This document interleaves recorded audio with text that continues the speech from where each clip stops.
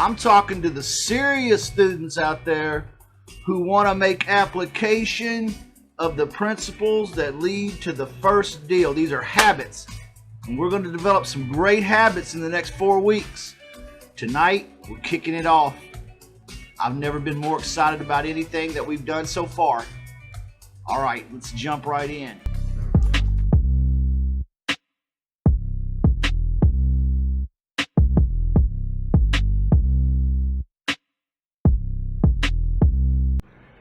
This night, we are going to get set up.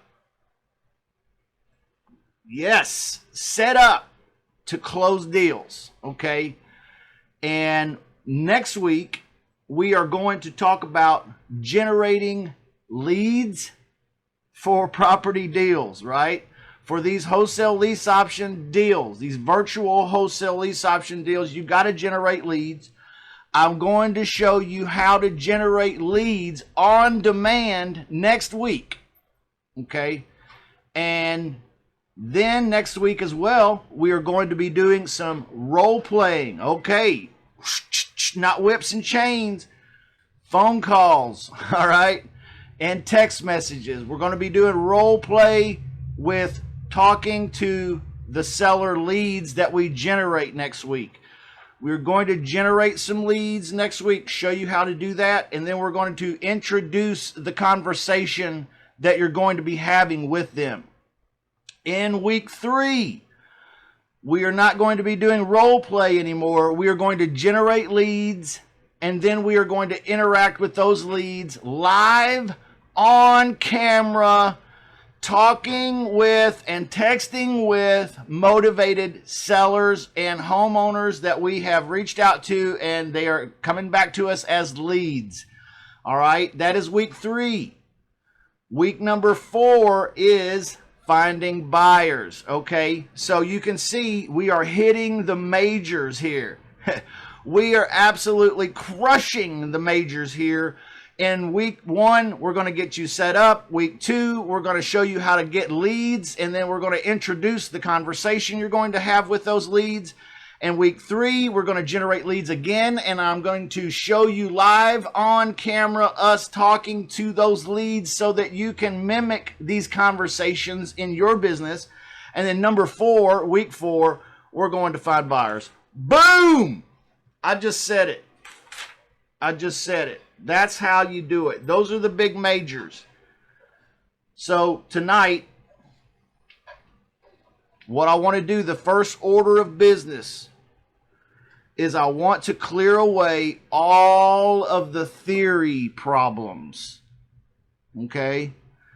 All of the theory problems. Now listen to me, listen to me. You got to trust me a little bit. Some of you out there have been through 2011 different courses and trainings and gurus and mentors and coaches and blah, blah, blah, blah, blah, blah, right? Okay. You've been through a lot of them. I've been through a lot of them too. It's time now to get very focused on a few specific skills that lead to checks. These are the skills, right, that these gurus don't really talk about too often in their courses. They will briefly go over some of these ideas and topics, and they'll throw a script at you, but none of them are actually role playing on camera with you most of the time. And most of the time, if they are role playing with you, they are definitely not doing live calls on a weekly, monthly basis in front of you so you can learn. That is what the Real Estate Wholesalers Club is about, is giving you the real deal, okay? And I said giving you the real deal. Rob Johnson's got a question. Are you contacting multifamily small-time owners for lease options? No, I'm not, honestly, Rob, but I'm not against it, man.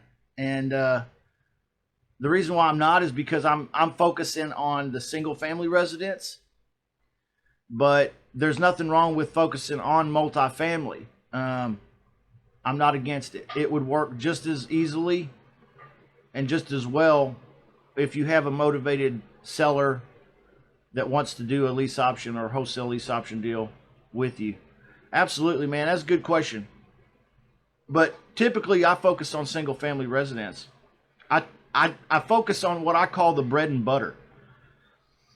Lease options involve the bread and butter concept. Can you tell I'm a little bit of a country boy, kind of? I've got lots of funny colloquialisms, I guess, that I would throw out there. Anyway, is that a word? Colloquialism?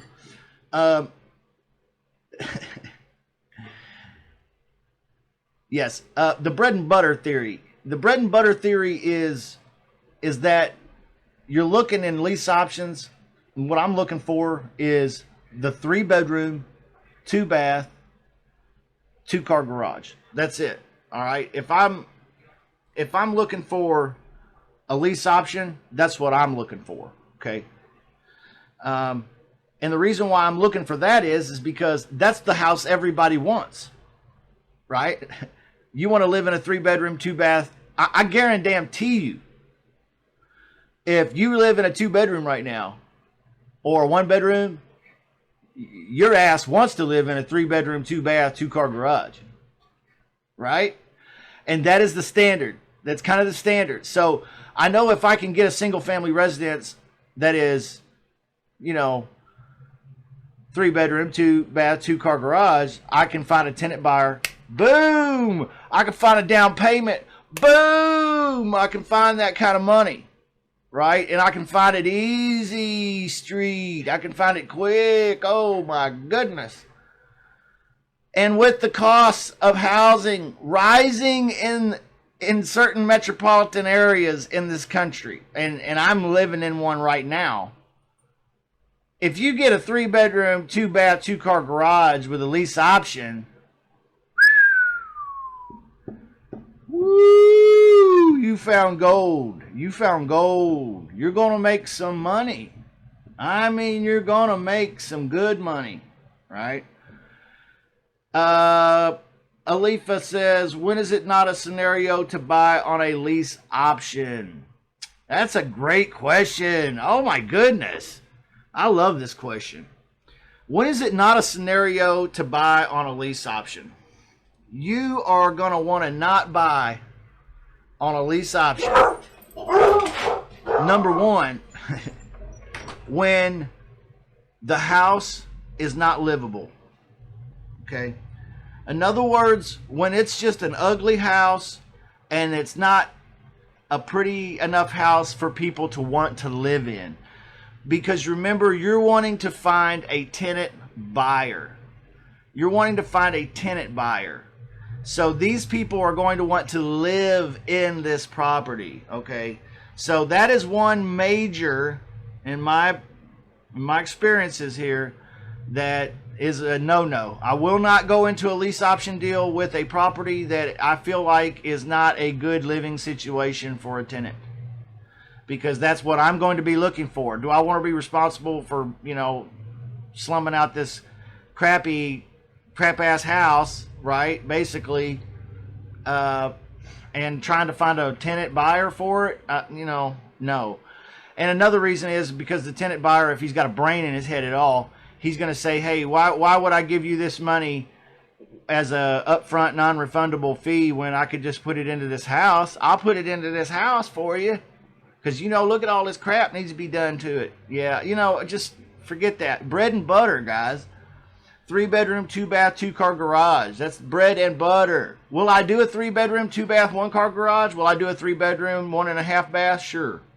Will I do a nice 2-bedroom, 1.5 bath? Sure. Right. Another scenario where I would not do a lease option is when the homeowner's payment to their mortgage is more than the fair market rent. Okay. In other words, if they have a mortgage payment of $1,000 a month, but the something just made a sound at me, man, and I don't know what it is, but it sounds good. It sounded like a cool sound. If they have $1,000 a month mortgage payment and I can only rent that house out in that neighborhood for $850, I'm not going to do that then. It looks like, oh, we got a couple subscribers. That's great, man. Thank you. So yeah, that's another reason why, another scenario where I won't get involved in a lease option. Okay, it is if the rent is not the same at least, or more than their mortgage payment, I got to get out, because I'm not going to be able to find somebody to tenant buy that place and pay the $1,000 a month, because that's only an $850 a month kind of deal. All right, does that make sense? All right, do I prefer to do this rather than just wholesaling? I can tell you that my personal preference, okay, and everyone is different, all right? My personal preference is the ugly house wholesaling, the virtual wholesaling. That's my favorite. I love to do the virtual co-wholesale. In fact, I've built this entire business model of mine on the virtual co-wholesale. So that's primarily what I do. And I'm real excited about Monday night, because we're going to talk about we're getting into the 4 weeks to your first deal accountability team sessions for that virtual co-wholesale on Monday night. But that is my personal preference. Now, that is not because one is necessarily better than the other. Okay, that is just because that is my personal preference. I know some real estate investors whose 90% of their business comes from lease options. Okay.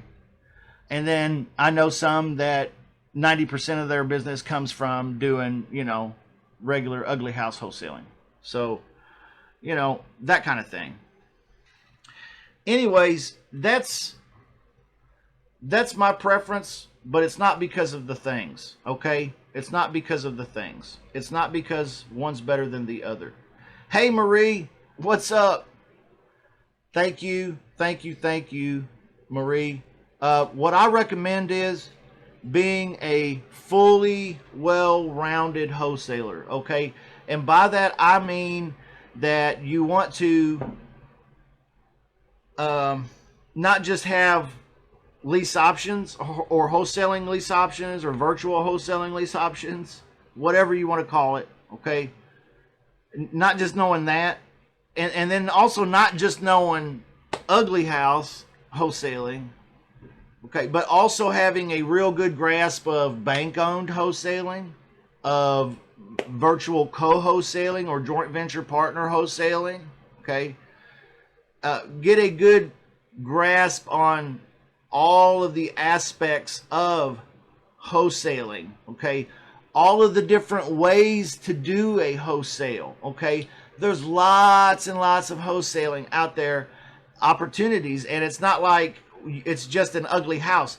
There is pretty house wholesaling, okay? I've got some information that I'm putting together on that, and you can see that at justinchambliss.com. But we're coming out with a course on pretty house wholesaling, okay? So that is subject to wholesaling. Now, if you're just an ugly house wholesaler, then you're not doing pretty house wholesaling, right? If you're just an ugly house wholesaler, then you're not doing wholesaling lease options. If you're just a wholesaling lease options investor, then you're not doing, the pretty house subject to wholesaling, or you're not doing the virtual co-wholesaling, you're not doing the bank-owned wholesaling. You're leaving a lot of money on the table. If you're going to be, this is just how I feel about it, okay? This is how I feel about it. I feel like if I'm going to be a wholesaler, I want to be the best wholesaler I can be. I'm going to focus on one technique at a time until I can make money with it, right? And then I'll add another technique, all right? That's why the Real Estate Wholesalers Club here offers 2 free avenues, 2 free pathways, the ugly house and the virtual wholesaling lease options. And then we offer these 4-week accountability team sessions. And the reason why we're doing that is because that's a great way to get started. But you probably want to develop your business and your knowledge level as a wholesaler into bank-owned, right? Into virtual co-wholesale, right? Into pretty house wholesaling or subject to wholesaling. All of those things. So, that's basically my thoughts on that. I appreciate you asking that, Marie. All right. Alifa says, are pre-foreclosures a good situation for lease options?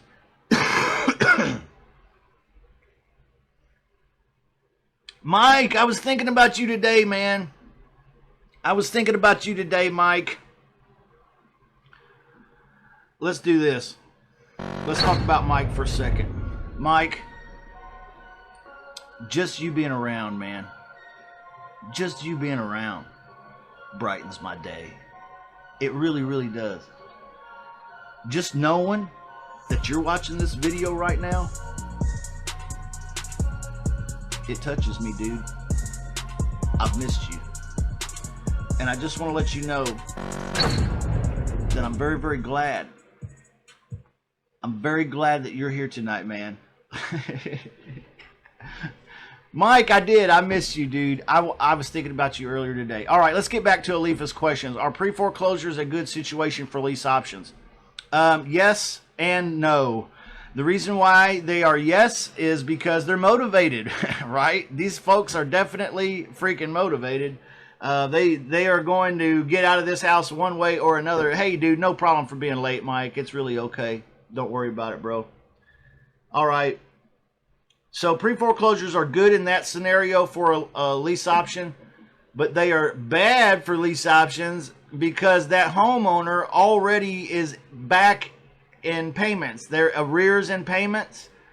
And in order to make a deal work like that, you would have to have somebody come in with a large enough non-refundable option fee to catch them up and still make a paycheck. And so I don't recommend them for that very reasons, because they're all behind. And then I've heard some people say, well, make them pay the arrears and then you can take it over. Okay, well, but dude, if they had the damn arrears, they wouldn't be getting foreclosed on in the first place. Right? I mean, it's not like they just made a conscious decision, oh, I think I'm going to stop paying my mortgage. No, they ran out of money. Right? So, yep. That's what I think about pre-foreclosures. The best motivated sellers for wholesale lease options, guys. The best motivated sellers for wholesale lease options are your divorcees, are your bankruptcies, are your job transfers, your people like that. Because they are in a situation where they have to move. And it's not because they are behind on their payment. Okay. All right. Wholesale and lease options, guys. Theory questions. Theory questions. We're clearing up the theory fog tonight. We're clearing up the theory fog. What is the theory fog?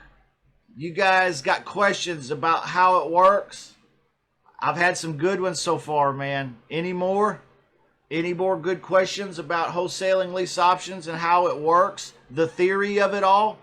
And then we're going to talk about the meat of tonight, which is not going to take that long. And it's going to be getting set up to do deals so that next week we can generate leads on demand, right? And then we can also introduce the conversation and talking to sellers. Week number 3, we're going to actually, well, in week 2, next week, we're going to do role play conversations with sellers. And then we're going to do week 3, we're going to generate leads on demand again. And then we're going to actually do some live interactions with these folks. With these beautiful people. If you get into a lease option and you agree on price, Ryan Webb, hailing from the great state of Texas, coming up with the question. Ready? If I get into a lease option and we agree on price, say for $150,000 for 3 years, then home prices dump. House is then worth $100K. Am I screwed?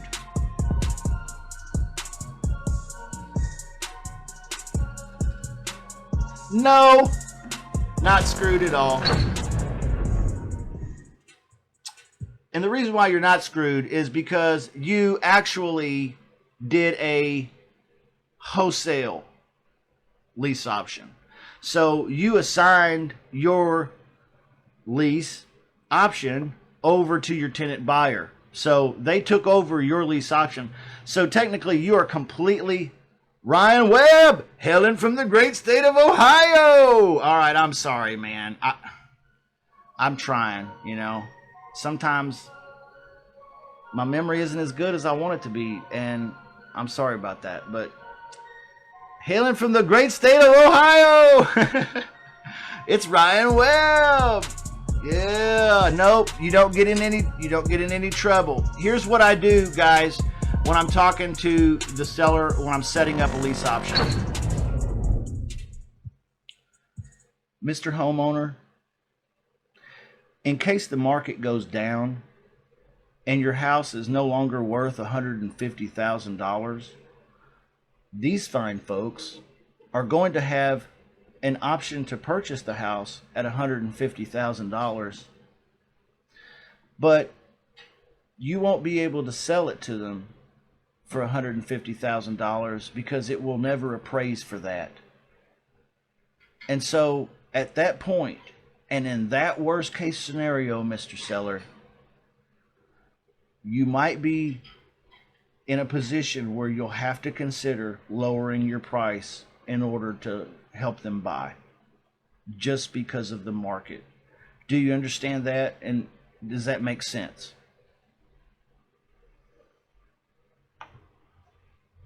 That's it. That's it. All right, that's it.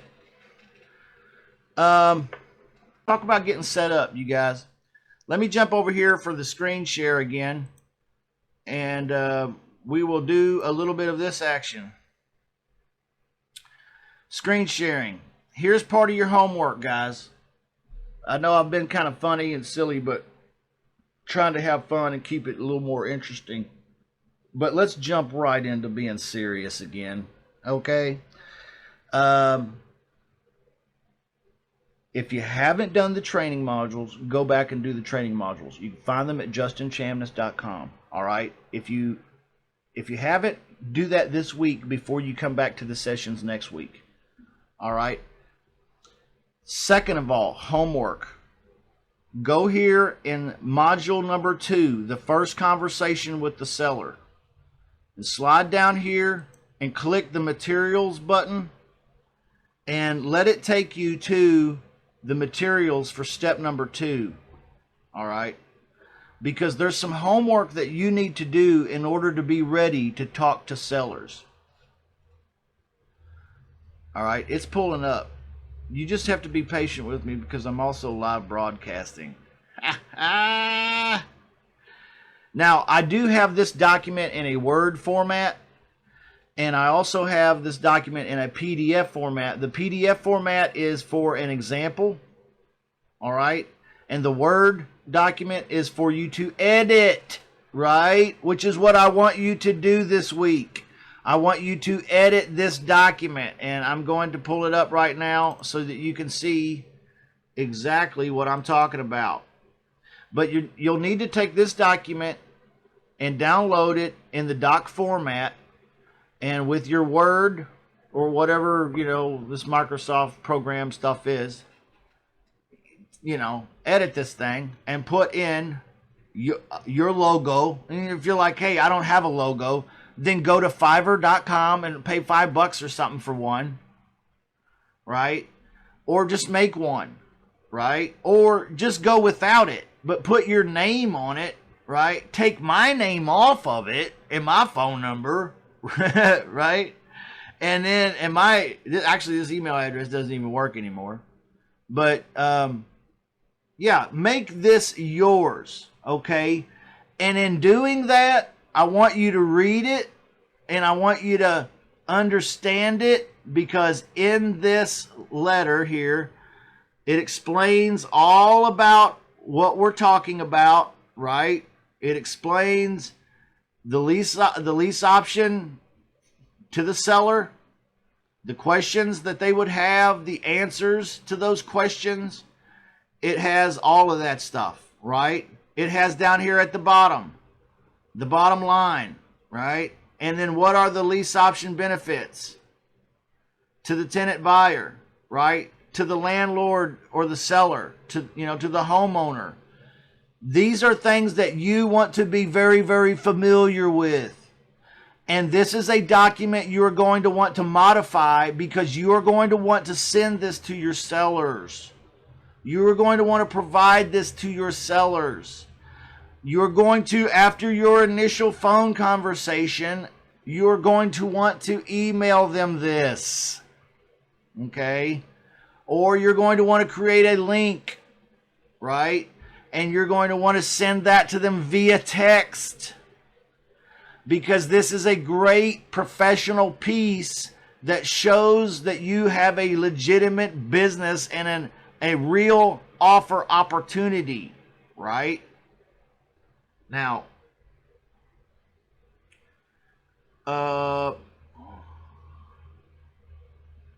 yep. I'll get back to these questions here in a minute, guys. All right, you're going to want to modify this document and make it yours, because this is a selling tool. This is a tool that you're going to use to help you as a crutch with the homeowners, with the sellers, the landlords that you're going to be talking to. The reason why you're going to need this is because, one, it adds some validity to you, right? And I don't really know what hem lane is, Michael. You have to tell me what that is, man. Tell me what we're talking about, brother. All right. So, homework assignment. Do the modules if you haven't. Number 2, get in here and modify this document, right? While you're at it, go down here to the lead property information sheet and familiarize yourself with the stars. You see the black stars? These black stars are the talking points for the conversation. The first conversation that we're going to have with the homeowner, seller, landlord. So just be familiar with this. Now next week, we're going to pull this out and we're going to do some role play conversations in front of you, right? And then we're also going to generate leads right in front of you with the automated REI. Boom! I just said it. The automated REI. Boom! Absolutely, guys. Absolutely. We are definitely generating leads next week and role-playing the seller conversation. Definitely. Now, with that being said, that is your homework. Make sure you get your theory down, and then make sure you get your paperwork set up. If you want to be ahead of the game, go down to step 3 and step 5 or whatever it is, and get the other materials and modify those. AKA, they are the agreements. Okay? They are the agreements. You might want to modify those. Put your state in it. Put your, wherever it is your market is that you're going to be working, right? You know what, man? Batista is one of my least favorite wrestlers on WWE.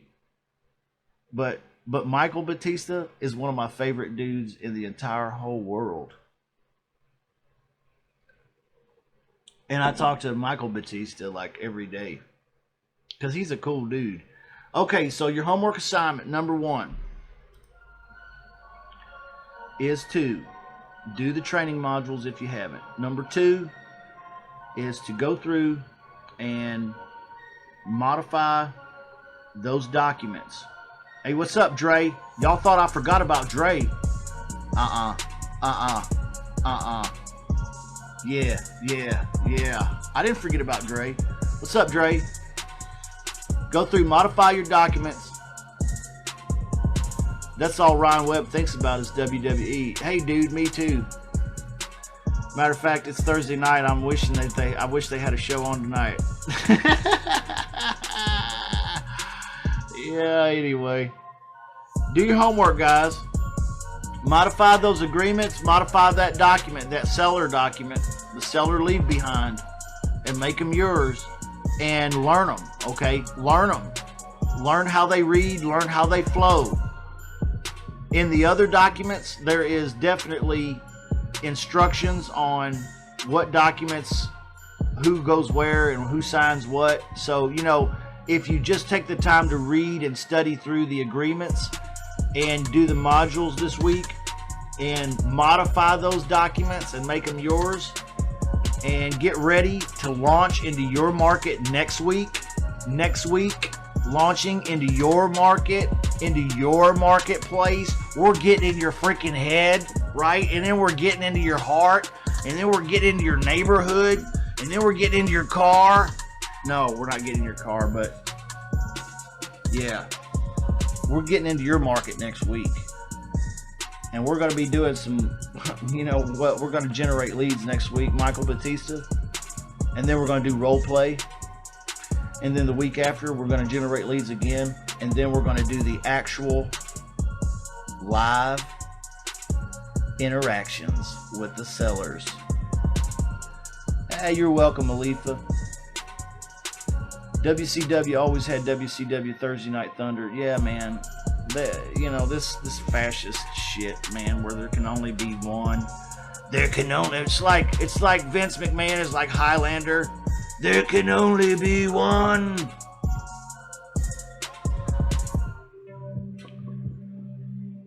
Let's talk about you for a second before we sign off.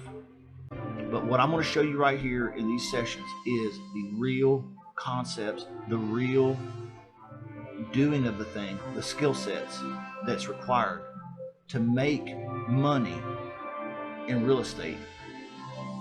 Okay, so don't miss out, and don't get behind and think, oh well, I'm not going to modify those agreements. I don't have time for that. Well, shit, if you ain't got time for that, you ain't got time to make money, right? Make them look good. Make them look like something you'd be proud of. This is your business. Modify those. Make them yours. Right? Make them yours. That's how it works. And we're here, right here on the Facebook group. Don't forget, if you got questions, post. Ask us right here on the wall. Ask us right here on the wall. And when one of you gets a deal this month, I want to have a video testimonial from your ass. All right? Video testimonial! That's my worst attempt at being mean. Okay. Love you guys. Thanks for joining me tonight.